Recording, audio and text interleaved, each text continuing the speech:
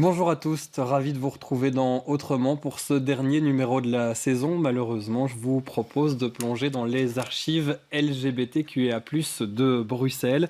Et pour cela, je m'entoure de deux archives vivantes. Si on peut vous présenter comme ça, Marianne Lenz, bonjour, c'est pas péjoratif évidemment.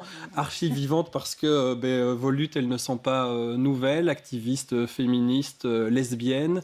Ça fait longtemps que vous tentez de rester sur le devant de la scène sur ces luttes, que vous êtes utile aussi pour ces communautés. Et aujourd'hui encore, avec ces L-Tours que vous proposez, donc des visites guidées avec une orientation LGBT et lesbienne de Bruxelles. Ça, c'est votre activité pour le moment, on va dire.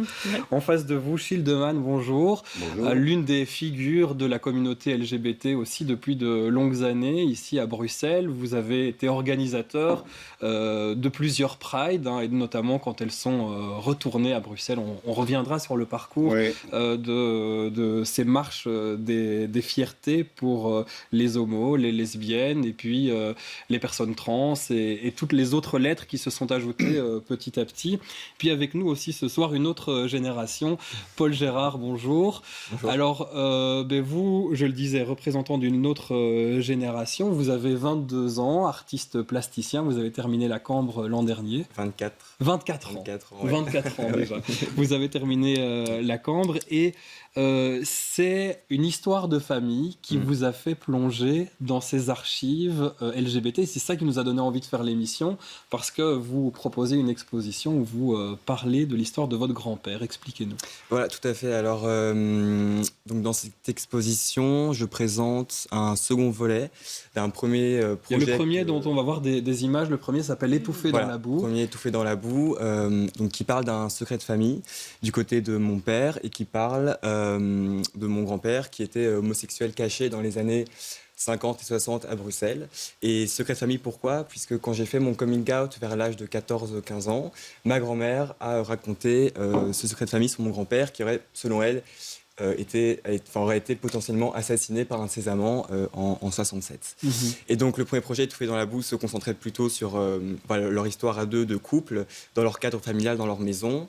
Et cette année, c'est un second volet qui se concentre plutôt sur le point de vue de mon grand-père, où j'ai donc en fait imaginé la vie qu'il a pu avoir à l'extérieur de ce cadre familial qui était son placard, dans les lieux où il a pu vivre sa sexualité, donc dans ces lieux, donc dans des bars clandestins, dans des hôtels de passe. Dans des espaces publics aussi, les pissotières, les parcs, c'est là qu'on se rencontrait entre hommes ayant des relations sexuelles avec les hommes. Exactement, voilà. Ce deuxième volet s'appelle Impasse de la Fidélité. Impasse de la Fidélité, tout à fait, qui est une réelle impasse à Bruxelles, à côté de la rue des Bouchers. Donc c'est l'impasse où il y a le délirium et la statue de Jeanne Ocopis aussi. Voilà, aujourd'hui elle est connue pour ça. Les touristes la connaissent. À l'époque, on le verra aussi avec vous, Marianne, et Chil peut-être, si vous y avez été, je ne sais pas, dans cette impasse. Et vous avez essayé de reconstituer pour votre exposition un café de l'impasse de la Fidélité. Ouais. Je vous propose de s'immerger dans ce café reconstitué par Paul Gérard pour l'exposition Impasse de la Fidélité. Regardez. C'est votre première fois ici ? Oui, ici oui. C'est vrai ? Vous voulez peut-être écouter la petite histoire ? Absolument. Bonsoir Martin. Ça fait longtemps. C'est la première fois pour ton ami ? C'est son anniversaire, je lui fais découvrir le monde. C'est sûr que le monde c'est ici. On s'installe à une table, on commande 2 orvals. Et il n'y a que des hommes, seuls ou accompagnés. Tous très élégants. Je dis à Claude que j'aime bien son pseudonyme, Martin, ça sonne avec marin. Je le questionne sur la tenancière du bar. C'est Marlène, une ancienne prostituée. Son fils est comme nous. La soirée est très festive. On s'amuse avec quelques garçons.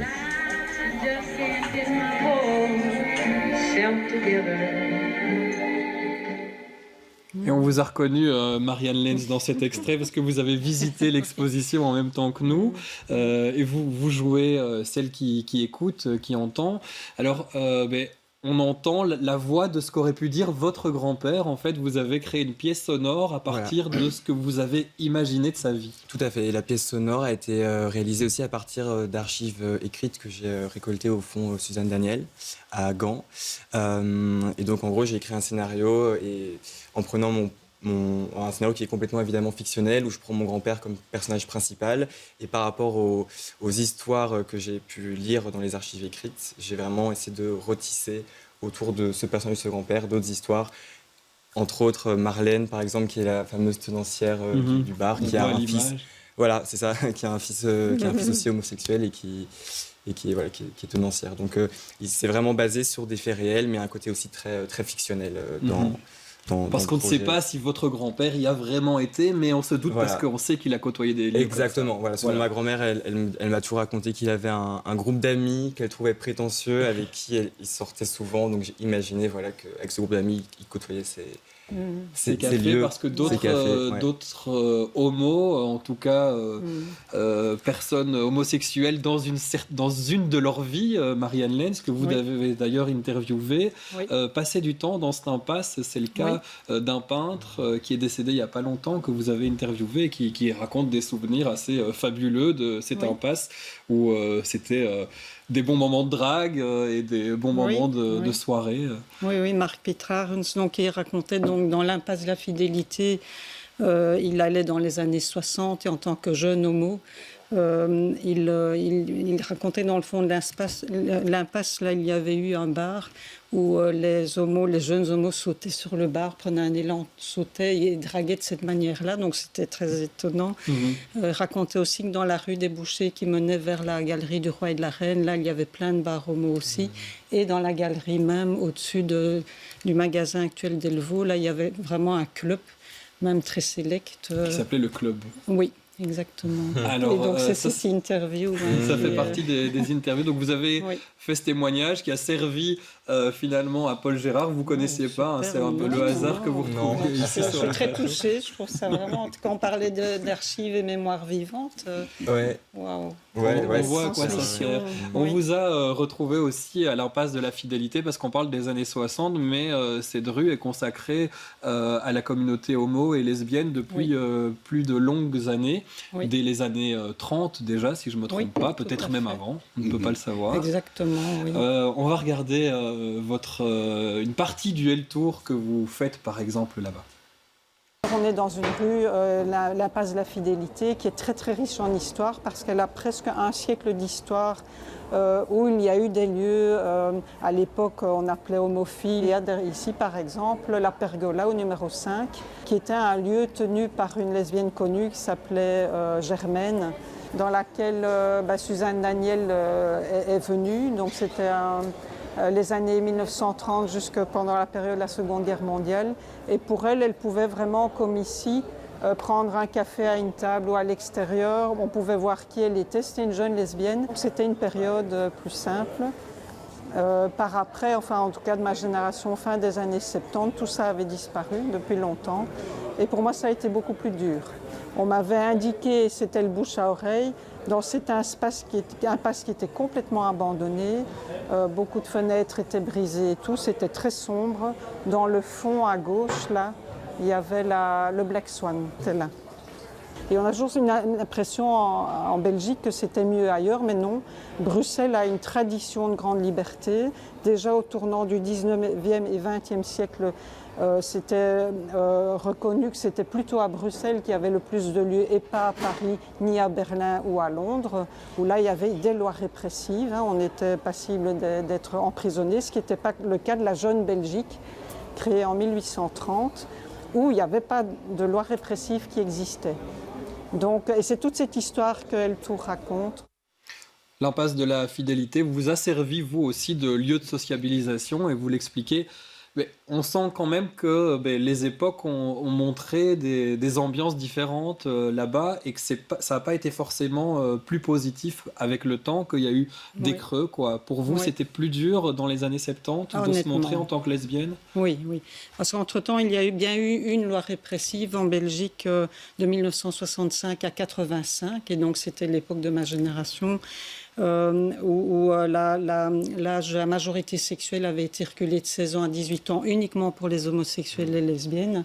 Et là, on était passible d'emprisonnement. Donc un jeune ou une jeune de 17 ans qui avait une relation avec quelqu'une de son âge, voilà, tout à fait consentante. À l'époque, on parlait de personnes de même sexe. L'enfant, l'ado de 17 ans pouvait être mis en prison, mais aussi toute personne qui les aidait. Donc, comme nous étions activistes, nous savions que nous étions passibles d'emprisonnement s'il y avait une plainte de parents parce qu'on hébergeait un jeune en fuite.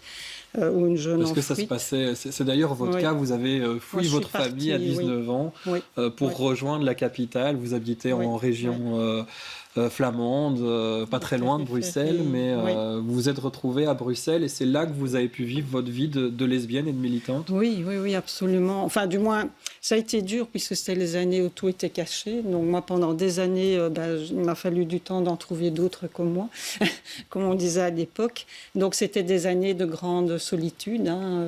En même temps, on n'avait pas beaucoup d'argent, il n'y avait pas toutes les aides telles que les aides actuelles. On dépendait juridiquement des parents, comme les femmes d'ailleurs, jusqu'en 76.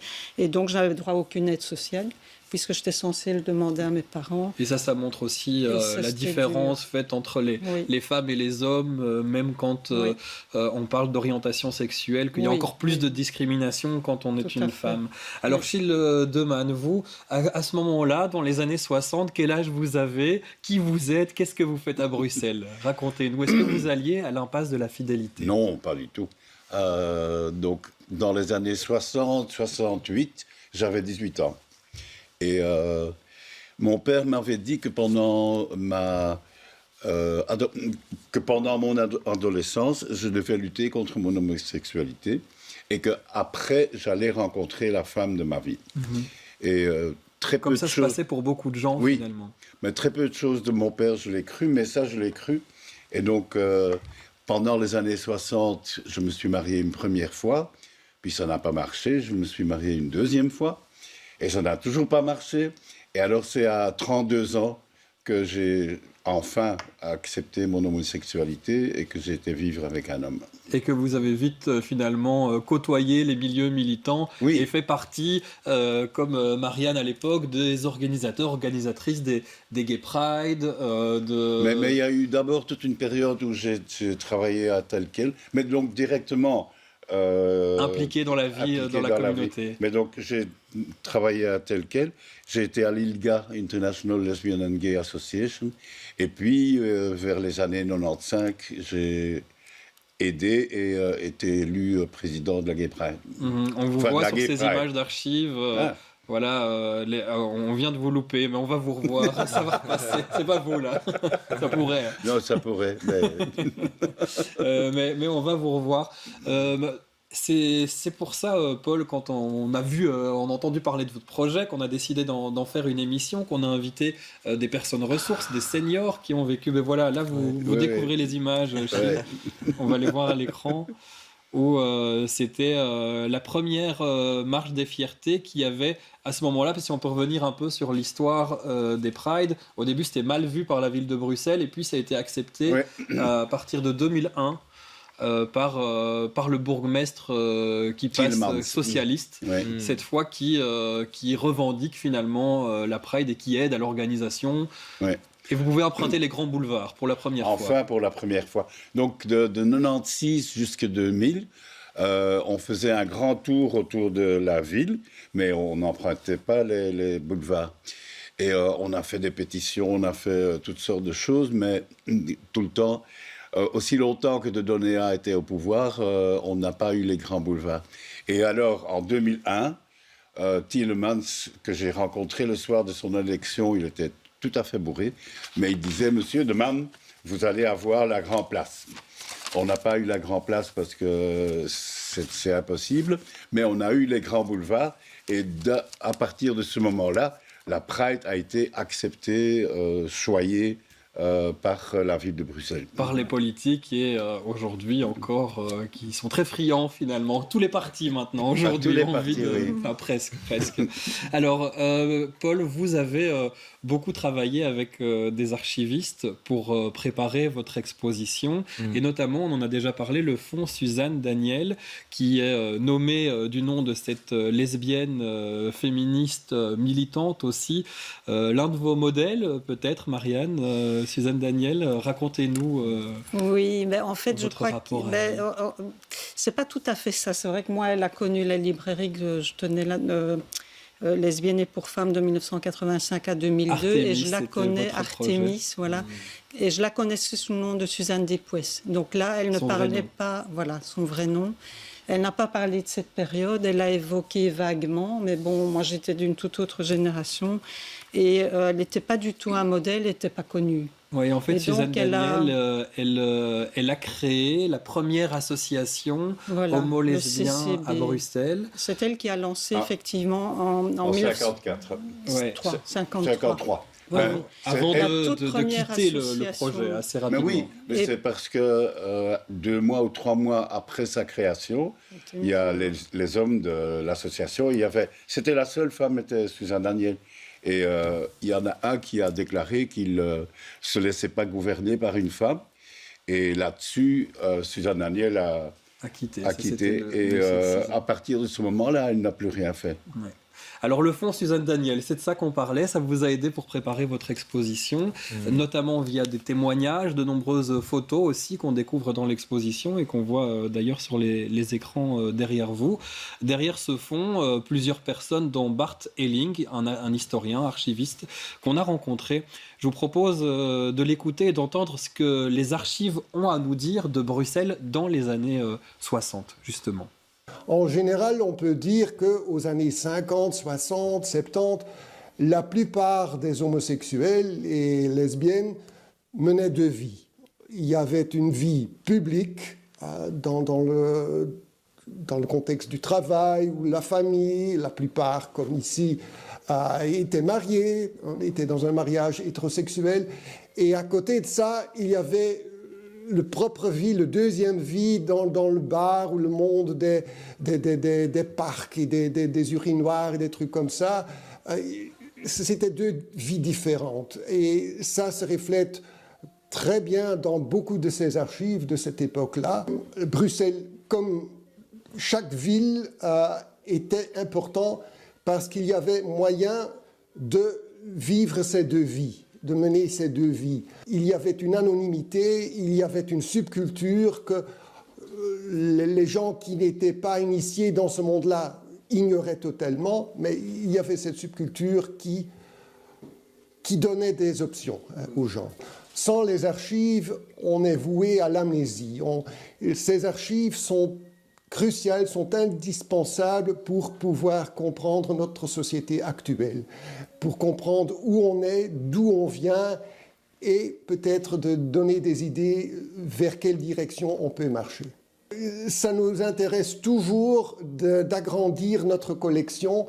Nous gérons pour l'instant une collection d'environ 450 mètres courants, mais c'est seulement une partie de notre histoire, de notre patrimoine. Donc, il nous faut beaucoup plus pour pouvoir montrer la diversité aussi de notre communauté, entre guillemets, LGBT. Et voilà Bart Helling qui finit par un appel aux archives. Donnez ce que vous avez si vous retrouvez. Ça peut être des lettres d'amour, des carnets intimes. Est-ce que vous en avez retrouvé de votre grand-père, Paul ? Pas du tout. Ouais, d'ailleurs, c'est assez dommage parce que moi, en fouillant un peu ses carnets, parce qu'en fait, il avait que des agendas, donc avec beaucoup de notes pour son travail, des trucs très carrés. Très pro. Mais très pro. Mais je suis tombé sur aucune lettre d'amour ou malheureusement, aucune lettre, aucun journal intime. Malheureusement, j'ai pas pu travailler sur de la matière directement venant de lui, ce qui m'a du coup poussé à aller du côté du fonds Suzanne Daniel pour avoir des témoignages écrits. Pour lequel vous écrivez, Marianne, une fois par an au moins. Et vous, je disais archive vivante, mais votre chez vous est aussi une archive parce que vous tentez de garder un maximum toutes les traces de vos luttes et de vos combats. Pourquoi c'est important pour vous Mais c'est très important justement pour ces mémoires qui disparaissent. Moi, j'ai des mètres cubes chez moi, donc j'ai près de 50 ans d'histoire lesbienne, mais aussi LGBT et de minorités. Oui, c'est important parce que, par exemple, quand moi j'ai débarqué à Bruxelles, si j'avais su qu'il y avait eu cette histoire si riche, ben, j'aurais été moins désespérée. J'ai des amis qui se sont suicidés. C'était une époque où il y avait beaucoup de suicides et c'est très dur, qui avaient 20 ans. De ces amis. Donc, tu t'imagines, elles étaient déjà mortes avant ton âge, 24 ans. Donc c'était très, très dur. On était très mal vus, on perdait notre job, on se trouvait à la rue sans aide. C'était pas évident. Et oui, bien sûr, ça donne beaucoup de courage et beaucoup de force. Et d'ailleurs, durant les périodes des Pride, donc je donne des dizaines, des vingtaines de parcours, donc c'est énorme, il y a beaucoup de demandes. Il y a aussi des personnes qui viennent de pays comme la Pologne, où là ils ont l'impression, ici ça a toujours existé, je rappelle, ben non, c'était comme chez vous avant, donc c'était très dur, c'était pas du tout accepté. Même s'il y avait une vie qui était là, qui était présente. Qui était là. Parce que moi, ça m'a peut-être pris du temps, mais très vite, on m'a donné des lieux, des indications où aller. Voilà. Et ça, c'est important, cette histoire, les ponts de solidarité. Schildemann aussi, vous, si vous vous souvenez de cette période où vous ne meniez pas vraiment de vie, finalement, parce que vous étiez marié. Non, je menais de vie. Vous meniez de vie. Je menais de vie et je menais une vie cachée. Et cette vie cachée, j'en avais honte. Je regrettais ça et chaque fois je disais c'est la dernière fois. Mais ce n'était pas la dernière fois jusqu'au moment que je me suis accepté. C'est aussi pour se souvenir de ces hontes, du poids que porte la communauté LGBT. Peut-être que c'est important d'avoir ces archives. Et puis aussi, le Fonds Suzanne Daniel, qui récolte ces archives, fait un travail qu'on ne fait pas ailleurs dans les institutions. On récolte des archives pour d'autres sujets, mais pas forcément pour cette communauté-là. Mais par exemple, en Belgique, il y a déjà eu les deuxièmes archives lesbiennes au monde. C'était en 1979-80. Donc j'ai fait partie de cette association-là qui s'appelait Le Féminaire. Et après, nous sommes rebaptisés en les lesbiennaires pour vraiment affirmer notre identité lesbienne. Donc si la Belgique a une longue histoire, mais du fait que ça a été lancé par des lesbiennes, on est quand même toujours encore dans un monde d'hommes. Ça a été passé sous silence. Et cette histoire, d'ailleurs, on a vu des images des lesbiennaires. Oui, actuellement, il y a la faculté de journalisme qui est en train de les numériser. Donc, ils sont venus chez moi aussi numériser nos revues, plus de 33 revues Artemis, qui sont une mémoire vivante de ces publications, cette culture lesbienne belge, européenne et internationale. Donc ça bouge, vous sentez qu'on a aussi envie d'en parler, que le sujet fait de plus en plus partie de mémoire, de travail d'étudiants à la base comme vous, Paul. Et puis aujourd'hui, l'exposition, elle est encore à voir au Carrefour des Arts. Voilà, c'est ça, jusqu'au 26 juin. 77 rue du Canal, ouvert les week-ends de 14 à 18h. Et on est 4, il y a aussi il y a 3 autres artistes, Mégane Liquin, Théo Béchet et Camille Dufour qui exposent avec moi. Des artistes émergents à découvrir rue du Canal, donc au Carrefour des Arts. Et puis ce projet va sans doute initier encore d'autres projets. Oui, tout à fait, j'ai des idées en tête et entre autres directement dans l'espace urbain. Et ça, ce sera à suivre. À découvrir, donc ne lâchez pas Paul Gérard. Le L Tour, le prochain, c'est déjà ce week-end. C'est déjà ce week-end, donc vendredi, il y en a 6 ce mois-ci. Donc on peut les trouver sur notre site. Et ils sont trilingues, donc anglais, néerlandais, français. Certains sont dans chaque langue et d'autres, on passera d'une langue à l'autre. Mais il y en a 6 ici en juin. Et ça vaut la peine de découvrir Bruxelles de cette manière, je vous le promets. Schildemann, vous faites partie des Rainbow Ambassadors. On a vu ça sous votre pseudo. Ça a été créé notamment par vous, Marianne Lenz. C'est une association qui veut défendre les seniors LGBT parce qu'il y a des revendications particulières aussi quand on est âgé et homo, gay. Mais c'est surtout que quand on est senior, on se cache très souvent à nouveau. Et donc ça, on veut éviter. Même quand on a été le visage de la Pride, un peu même plus tôt. Si on a été le visage de la Pride, parce que supposez que vous arrivez dans un home, vous êtes là et vous ne savez pas comment les gens vont réagir. Et donc, une réaction normale, c'est de ne rien dire. Et donc, de cacher une partie de sa personnalité.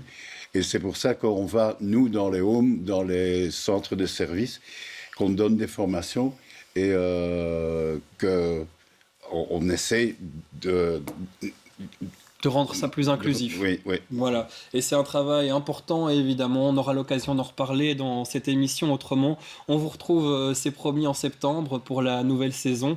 Merci pour vos retours tout au long de cette saison. Merci pour votre présence sur les médias sociaux et ailleurs. Je suis ravi de vous retrouver cet été et puis la saison prochaine pour d'autres Autrement. Continuez à suivre les projets qu'on vous présente ici. Le L Tour, l'exposition de Paul Gérard, Impasse de la Fidélité, les Rainbow Ambassadors, avec tout ce que Schildemann a fait et tout ce que vous avez tous fait autour de cette table. Merci, à bientôt et passez un bon été.